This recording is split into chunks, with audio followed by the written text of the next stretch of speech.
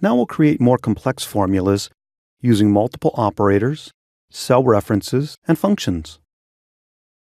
We're going to calculate the sales commission based off of the net revenue. To do this, I take the sales price and subtract from it the cost of goods sold. This is in parentheses to ensure it occurs first. I then multiply the net profit by the commission percentage in B4, 3%. This returns the commission. Let's take a look at how this works in a formula.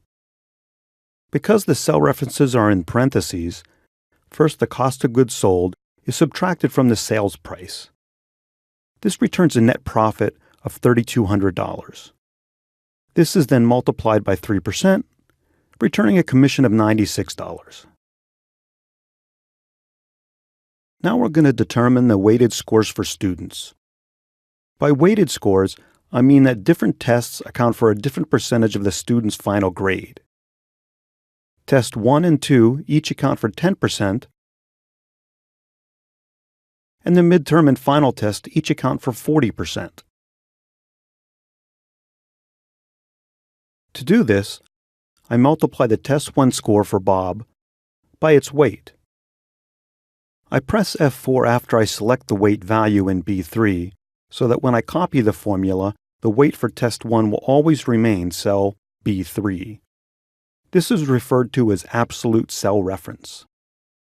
I then add Bob's midterm score multiplied by its weight in B4 and press F4 again. I follow the same steps for Test 2 and the final test.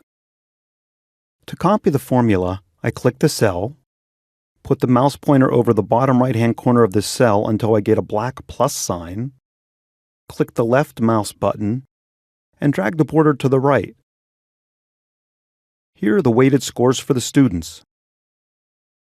Let's take a look at what's happening in this formula for Bob's weighted score. Each of the test scores and their weights are multiplied, resulting in this formula. Then the numbers are added together, resulting in 74.5. What's the value returned by this formula? First we do the innermost parentheses. 5 minus 3 is 2, resulting in this formula.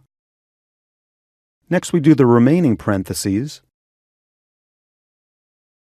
10 times 2 is 20, and 1 minus 4 is minus 3, resulting in this formula. Now we do multiplication and division from left to right. 6 times 20 is 120, divided by 3 is 40, resulting in this formula.